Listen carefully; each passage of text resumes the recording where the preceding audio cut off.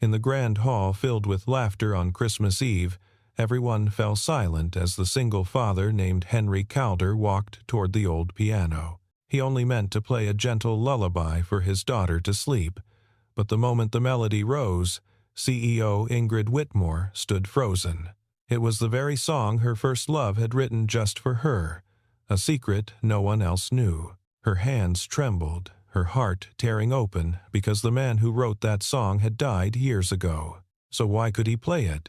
The corporate tower's lobby had already been transformed into a winter wonderland by the time Henry arrived that evening.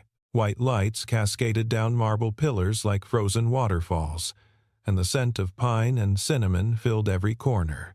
Employees mingled in clusters, champagne glasses catching the glow of a massive tree near the executive elevators. Henry Calder moved through the crowd almost invisibly.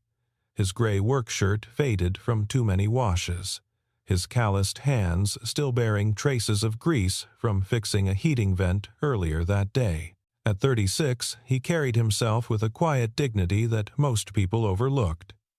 They saw the janitor. They didn't see the artist whose fingers once danced across concert hall stages, whose name had briefly appeared in regional papers as a rising talent before everything fell apart. His daughter Audrey clung to his hand, her 7-year-old frame practically vibrating with excitement. Her dark curls bounced as she tugged him toward the dessert table, her brown eyes wide with wonder at the chocolate fountain.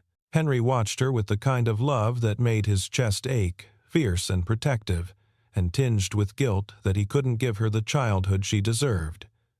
No expensive dresses, no private schools, just a cramped apartment where the radiator clanked at night and the piano in the community center down the street where she sometimes heard him play when he thought no one was listening. Across the hall, Ingrid Whitmore stood on the mezzanine level, surveying her domain with the practiced poise of someone born to command rooms. At 34, she had transformed her father's struggling real estate firm into Whitmore Holdings, a juggernaut of commercial development that now owned 40% of the city's waterfront. Her honey blonde hair fell in soft waves past her shoulders, and the crimson dress she wore a bold V-neck that demanded attention without apology made her impossible to miss. But it was her eyes that truly arrested people. Ice blue and calculating, they seemed to measure every person, every angle, every potential weakness or opportunity. Most found her intimidating. Some called her ruthless. No one called her soft. Yet, beneath the armor of her designer wardrobe and cutting boardroom reputation, Ingrid carried a wound that had never fully healed. 16 years ago, when she was 18 and still believed in fairy tales, she had fallen in love with a boy named Leon Merritt. He was a piano prodigy, all wild, dark hair and passionate eyes, the kind of talent that made you forget to breathe when he played. He had written her a song, just for her. He called it Starlit Promise, and he played it for her one night under a sky full of stars at their summer music camp, whispering that it held everything he felt but couldn't say. 3 weeks later, Leon died in a car accident on a rain-slicked highway. The song died with him, or so Ingrid believed. She never heard it played again. She forbade herself from listening to music the way she once had, treating it instead as background noise, afraid that if she let herself feel too deeply, the grief would swallow her whole. Audrey's bright voice cut through Ingrid's thoughts. The child had somehow wandered away from her father and was now standing near the dessert table, reaching for a chocolate-covered strawberry that sat just beyond her grasp. As she stretched on tiptoes, her foot slipped on something wet, champagne, probably, spilled by a careless guest. She went down hard, her knee cracking against the marble floor. The sound was small but sharp, and immediately Audrey's face crumpled. Blood seeped through her tights. Henry was across the room in seconds, dropping to his knees beside his daughter. He pulled a clean handkerchief from his pocket, he always carried one for moments like this, and pressed it gently to her scraped knee. His voice was low and soothing, the kind of voice that could calm storms. Audrey's sobs quieted to hiccups as he held her, his broad hand cradling the back of her head. But before Henry could lift her to carry her to the restroom to properly clean the wound, a man's voice sliced through the moment. Flynn Baker strode over, his tailored navy suit immaculate, his jaw tight with irritation. Flynn was Ingrid's fiancé, or rather, the man her father had chosen for her to marry in 6 weeks. He was handsome in a catalog model way, with perfectly styled chestnut hair and a smile that never quite reached his eyes. He worked in private equity and spoke frequently about optimizing assets and maximizing shareholder value in a tone that made it clear he viewed most things, including people, as items on a spreadsheet. "Can you control your child?" Flynn snapped at Henry, gesturing at the small smear of blood on the floor. "This is a corporate event, not a daycare. If you can't afford a babysitter, maybe you shouldn't have brought her." Henry's jaw tightened, but he kept his voice level. "She's 7. She slipped. It was an accident that wouldn't have happened if you knew your place." Flynn's eyes raked over Henry's work clothes with undisguised contempt. "Your maintenance, there's a staff entrance for a reason." Audrey's bottom lip trembled, and something in Henry's chest cracked. He opened his mouth to respond, but another voice cut in first. Ingrid Whitmore descended the mezzanine stairs with deliberate grace, each step measured and purposeful. When she reached them, her ice-blue eyes fixed on Flynn with a coldness that could frost windows. "You don't have the authority to speak to my employees that way," she said quietly. The room had gone silent, everyone watching. "Apologize." Flynn's face flushed. "Ingrid, I was just—" "Apologize," she repeated, her tone allowing no room for negotiation. "Now." Flynn's lips pressed into a thin line, but he managed a clipped "sorry," directed more at the floor than at Henry or Audrey. Ingrid turned to Henry then, and for just a moment her expression softened. She saw the way he held his daughter, the care in his touch, the protective fury barely restrained in his shoulders. She saw something that felt dangerously close to recognition, though she couldn't name why. "Take care of your daughter," Ingrid said gently. "The first aid kit is in the executive lounge. 5th floor. Take the private elevator." She gestured toward the brass doors behind her desk. Henry nodded, his throat too tight for words, and carried Audrey away. By the time they returned an hour later, Audrey's knee properly bandaged and her spirits restored by the hot chocolate and cookies a kind executive assistant had provided, the party had grown louder. Someone had opened the piano, a vintage Steinway that usually sat covered and silent in the corner, more decorative than functional. A few employees had gathered around it, laughing and requesting songs from a tipsy accountant who knew 3 chords and played them with more enthusiasm than skill. Audrey tugged Henry toward the instrument. "Daddy, can you play? Please, just one song so I can sleep?" Henry hesitated. He hadn't played publicly in years. The accident? God, the accident had shattered more than his hand. It had broken something in his soul, made him afraid to touch the keys in front of anyone who might judge, who might remember what he used to be and see only what he'd become. But Audrey's eyes were so hopeful, and it was Christmas Eve, and she'd been so brave about her scraped knee. How could he say no? He sat down at the piano, and the crowd quieted, curiosity replacing their chatter. His fingers hovered over the keys for a moment, trembling slightly.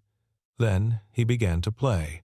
The melody that filled the hall was unlike anything most of them had ever heard. It was gentle at first, like rain on glass, each note placed with such precision and care that it felt less like music and more like a conversation whispered in the dark. Then it grew, swelling into something achingly beautiful, a cascade of sound that spoke of longing and loss and a love so deep it had no words. Henry's eyes closed as he played, his damaged hand scarred from where the stage rigging had crushed it 12 years ago, moving with a grace that defied its injury.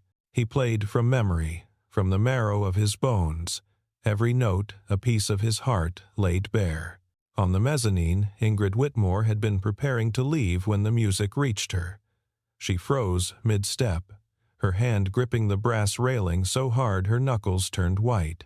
The melody wrapped around her like a ghost, pulling her back through 16 years to a summer night when the stars seemed close enough to touch, and a boy with dark eyes had played this exact song for her. Starlit Promise, Leon's song, Leon's gift.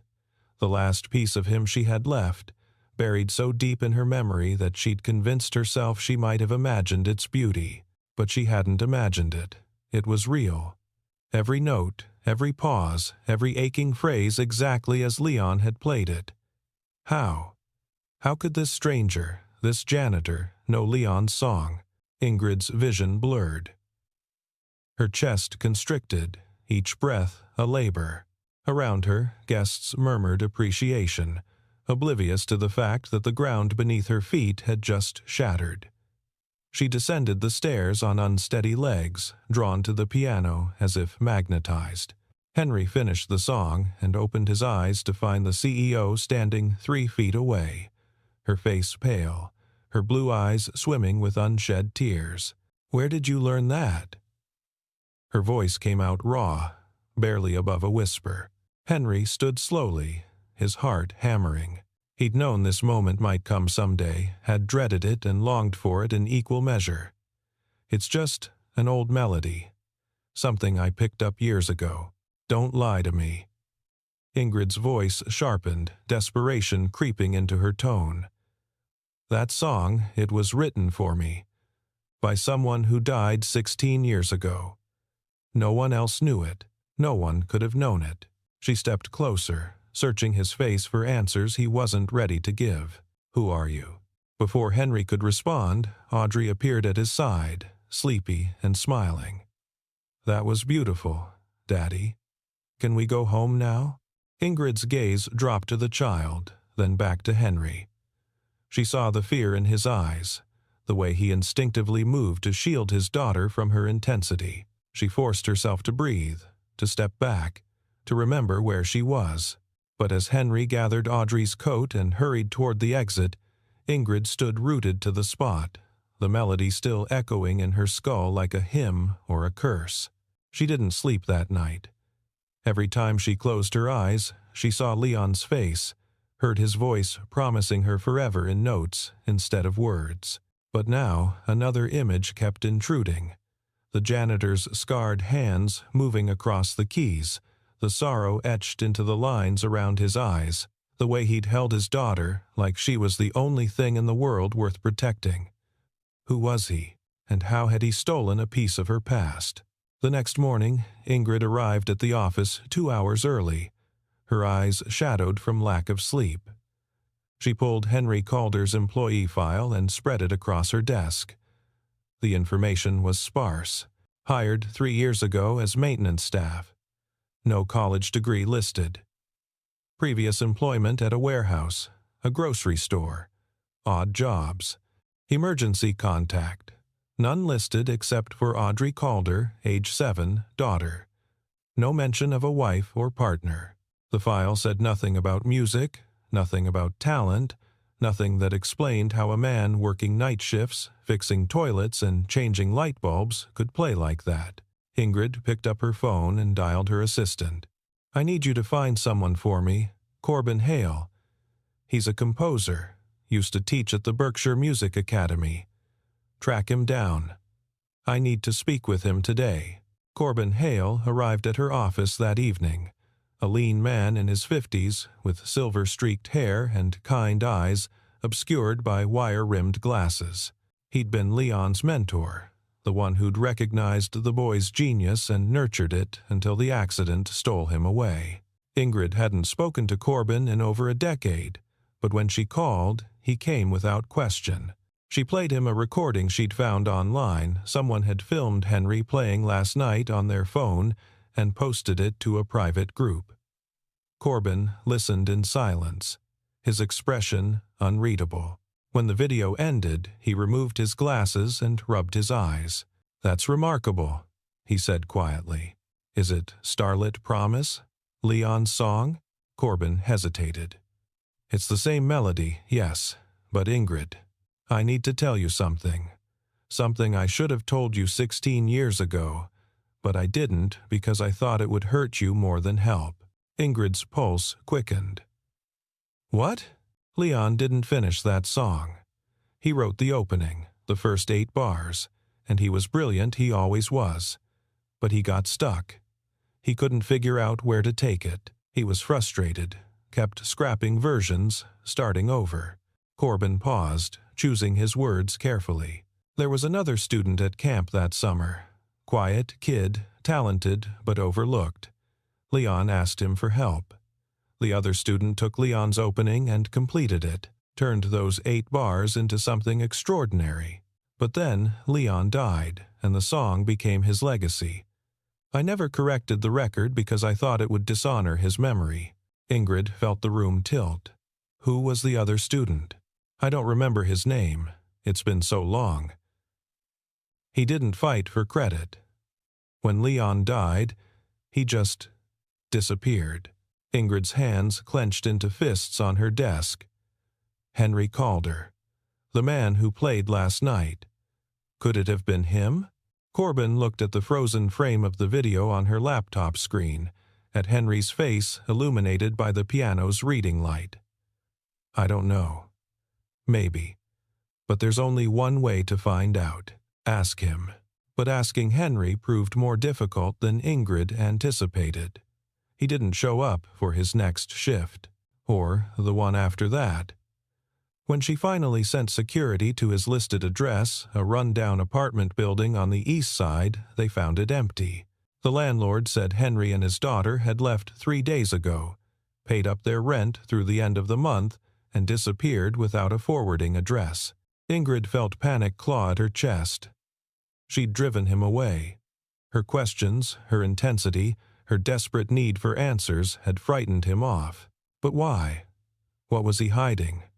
Or more accurately, what was he protecting? The answer came on a night when snow fell thick and heavy, blanketing the city in white silence.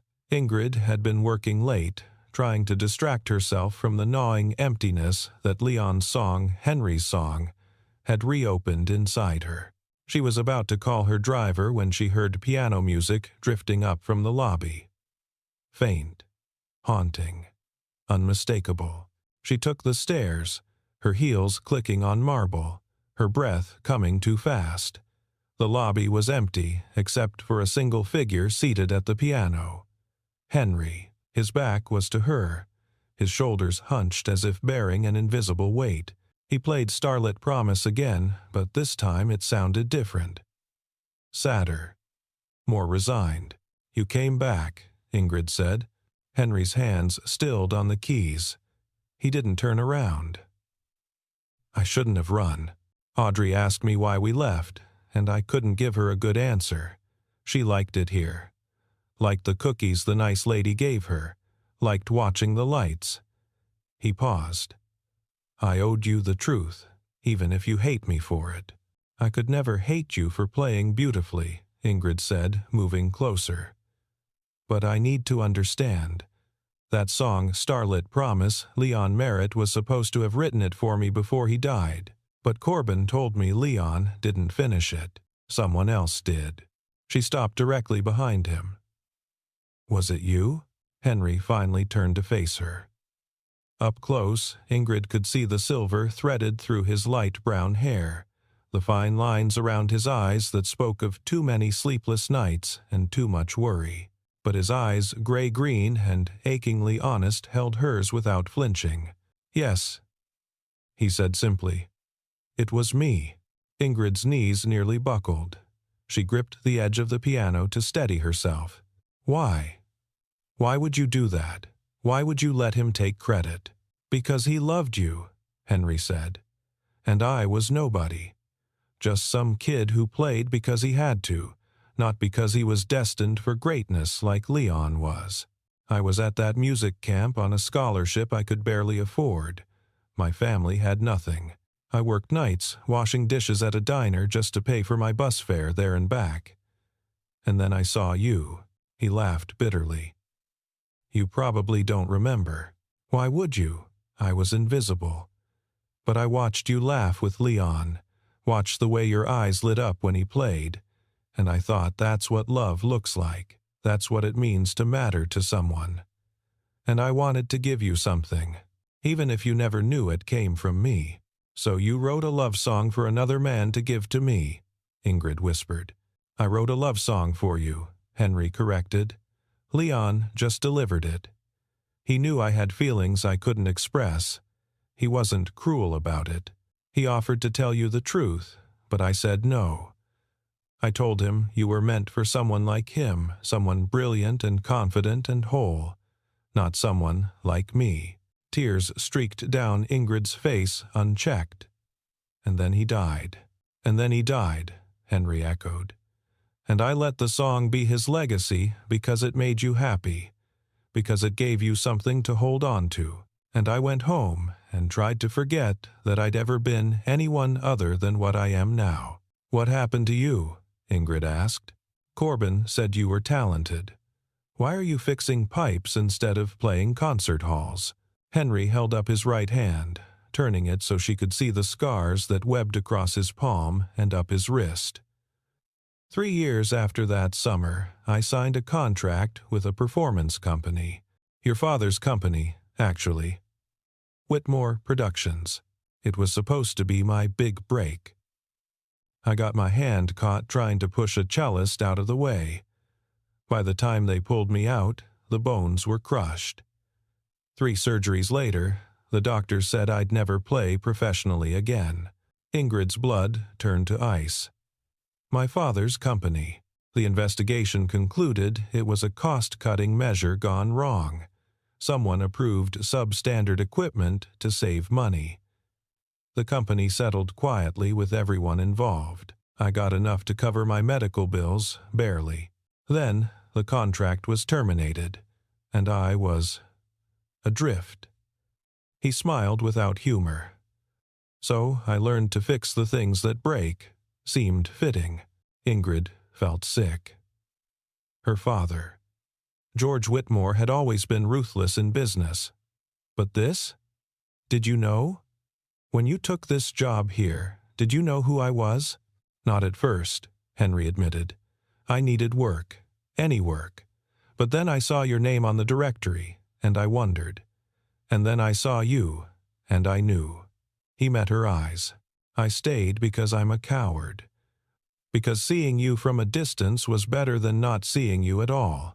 Before Ingrid could respond, the lobby doors burst open. Flynn Baker strode in, his face flushed with anger. Behind him, 2 men in suits flanked a third figure. Ingrid recognized immediately.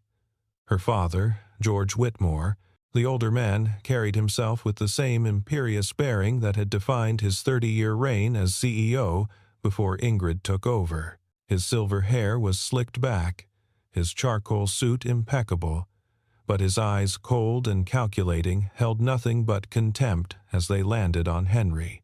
So it's true, George said, his voice dripping with disdain. My daughter has been sneaking around with the help. Ingrid, I raised you better than this. What are you doing here? Ingrid demanded, stepping between her father and Henry. Flynn called me.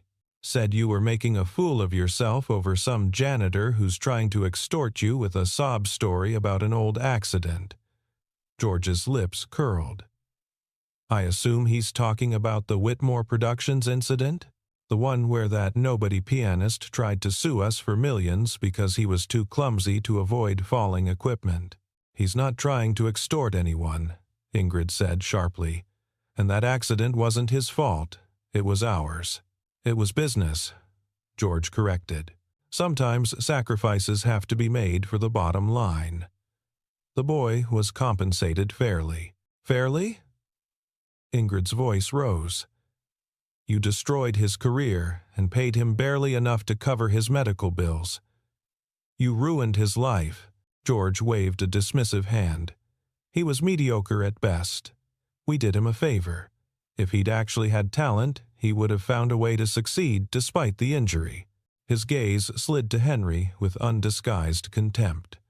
Instead, he's cleaning toilets, which is exactly where he belongs." Henry remained silent, his jaw tight, his hands clenched at his sides. But Audrey, who had been sleeping in one of the lobby chairs, covered by Henry's jacket, woke at the sound of raised voices. She stumbled over to her father, rubbing her eyes. "Daddy? What's happening? Why is everyone yelling?" Flynn sneered. "This is exactly the problem. You're so busy playing house with this man and his brat that you've forgotten what's at stake. Our wedding is in 6 weeks. Merging your company with my firm's investment portfolio will create a powerhouse. But if word gets out that you're involved with him, we lose everything. Investors will pull out. Your board will question your judgment. It's over." "Then let it be over," Ingrid said coldly. "I don't love you, Flynn. I never did. This engagement was my father's idea, not mine, and I'm done letting him dictate my life." George's face purpled. "You, ungrateful." "No." Ingrid's voice cut through the lobby like a blade. "Let's talk about how you've sacrificed every meaningful relationship I could have had because they weren't profitable enough. Let's talk about how you made me believe that love was a weakness and power was the only thing that mattered. And let's talk about how you stood by and watched an innocent man's life fall apart because saving money was more important than doing the right thing." She turned to Flynn. "The engagement is off. You'll receive formal notice from my lawyers tomorrow." Flynn's expression twisted with rage. "You'll regret this. I have evidence of financial irregularities in your acquisitions. I'll bury you." "Try," Ingrid said. "But do it from a distance. You're no longer welcome in my building." Security escorted Flynn out, his threats echoing through the marble halls. George lingered, his eyes hard as flint. "You're making a mistake, Ingrid. That man is a ghost, a failure. He'll drag you down with him." "Maybe," Ingrid said quietly. "But at least I'll be able to look at myself in the mirror. Can you say the same?" George Whitmore turned and walked out without another word. In the silence that followed, Ingrid sank onto the piano bench beside Henry. Audrey climbed into her father's lap, her small arms wrapping around his neck. The child looked at Ingrid with solemn brown eyes. Ingrid managed a watery smile. "A little. But sometimes being sad means you're brave enough to choose what's right instead of what's easy." "Daddy's brave too," Audrey said. "He plays music, even though his hand hurts sometimes." Ingrid looked at Henry. Really looked at him, saw not the janitor or the ghost of a broken dream, but the man who had loved her quietly for 16 years, who had written her a song so beautiful it had carried her through her darkest nights, even when he got no credit for it, who had sacrificed his own dreams to give a dead boy's memory meaning. "Play it again," she whispered. Henry hesitated, then shifted Audrey so she sat beside him on the bench. Together, father and daughter, they played. Audrey's small fingers stumbled over the simple parts Henry taught her, and his scarred hand moved with the hard-won grace of someone who refused to let pain steal his last connection to beauty. The melody rose through the empty lobby, no longer a ghost of the past, but a bridge to something new. When the last note faded, Ingrid reached out and took Henry's damaged hand in both of hers. "I need to know," she said. "If I asked you to give me a chance to let me know you, really know you, would you be brave enough to say yes? Even though I come with all this baggage, even though my father will fight us every step of the way, even though the world will call you a gold digger and me a fool." Henry's eyes shone. "I wrote you a love song 16 years ago. I think I can manage a little courage now." Ingrid laughed, the sound breaking through tears. "Good, because I'm terrified, and I could use someone who knows what it's like to start over." The weeks that followed were not easy. Flynn made good on his threats, leaking carefully edited financial documents to the press that painted Ingrid as reckless and unfit to lead. But Corbin Hale came forward with documentation proving that Henry had indeed been the true composer of Starlit Promise, and the story shifted. Instead of a scandalous affair, it became a tale of long-lost love and artistic integrity. Donors and investors who had initially wavered rallied behind Ingrid, moved by the romance of it all. George Whitmore fought bitterly to regain control of the company, but the board sided with Ingrid. They forced him into early retirement with a severance package and a non-compete clause that effectively ended his influence. He moved to Florida, bitter and isolated, and Ingrid grieved the father she'd wanted him to be rather than the one he'd been. Henry returned to music slowly, carefully.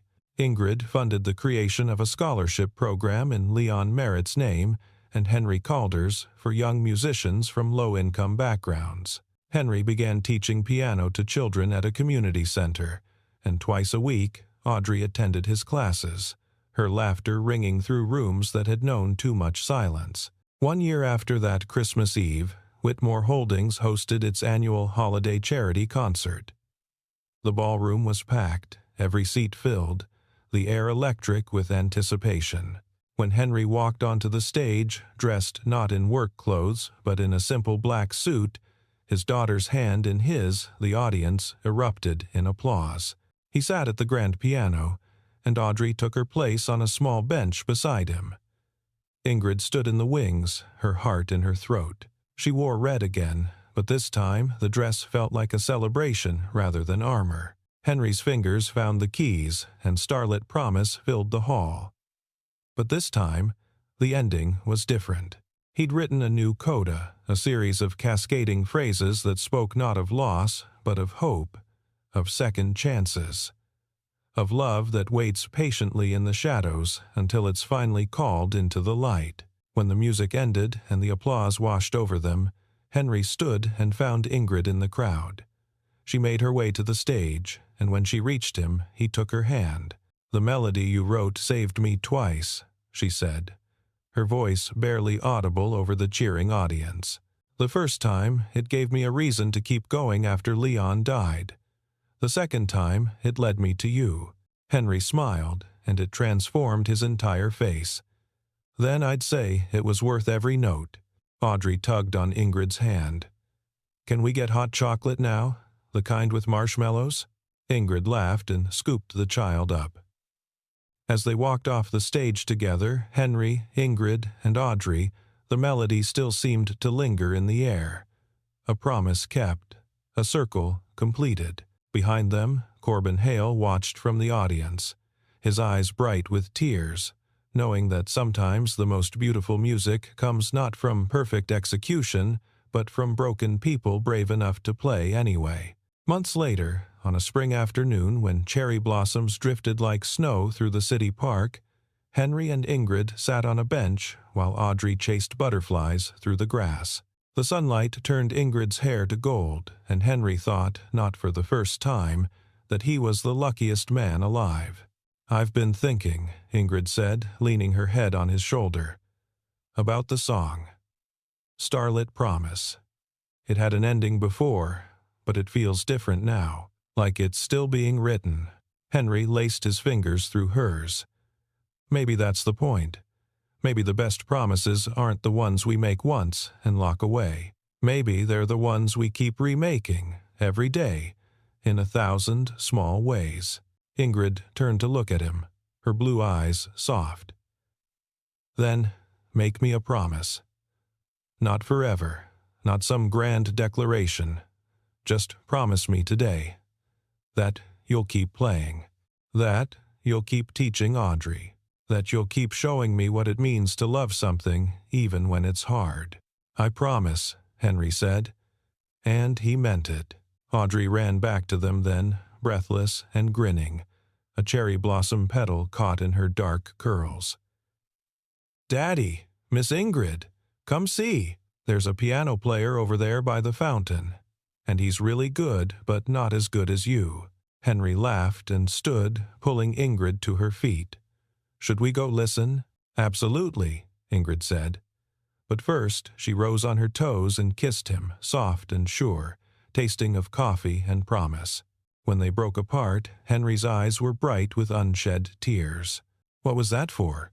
"For writing me a song when you didn't have to. For being brave enough to show up even when you were scared. For teaching me that sometimes the most extraordinary people are the ones everyone else overlooks." She squeezed his hand. "For being you." They walked toward the fountain, Audrey skipping ahead, and Henry thought about how 16 years ago he'd been a scared kid who poured his heart into 8 bars of music, never imagining where those notes would lead. To a life he'd never dared to dream was possible. The pianist by the fountain was young, maybe 19, playing with more enthusiasm than polish. But there was something pure in his effort, something that reminded Henry of who he used to be. When the boy finished his song and looked up nervously, expecting criticism, Henry clapped. "That was beautiful," he said. "Keep playing, even when it's hard. Even when people tell you you're not good enough. Keep playing." The young pianist's face lit up, and he nodded vigorously before launching into another song. Ingrid slipped her arm around Henry's waist as they listened. Audrey climbed onto her lap, and the 3 of them sat there as the music washed over them, imperfect, heartfelt, and achingly human. Above them, cherry blossoms fell like grace, and somewhere in the distance someone was laughing, and the world felt, for this one shining moment, exactly as it should be. That night, after Audrey had been tucked into bed with her favorite stuffed bear and a goodnight song, Henry returned to the piano in Ingrid's apartment. She'd bought it for him 3 months ago, and every time he saw it, his throat tightened with emotion. She sat beside him on the bench, her head resting on his shoulder. "Play me something new," she said. "Something that's just ours." Henry's fingers hovered over the keys, and then he began. The melody was simple at first, just a conversation between 2 notes, tentative and searching. But gradually it grew, became a dialogue, became a dance. There were moments of dissonance that resolved into harmony, phrases that stumbled before finding their rhythm, silences that spoke louder than sound. When he finished, Ingrid was crying. "What's it called?" Henry thought for a moment. "Second movement," he said. "Because every great piece of music has more than one part. And this? Us? This is just the beginning."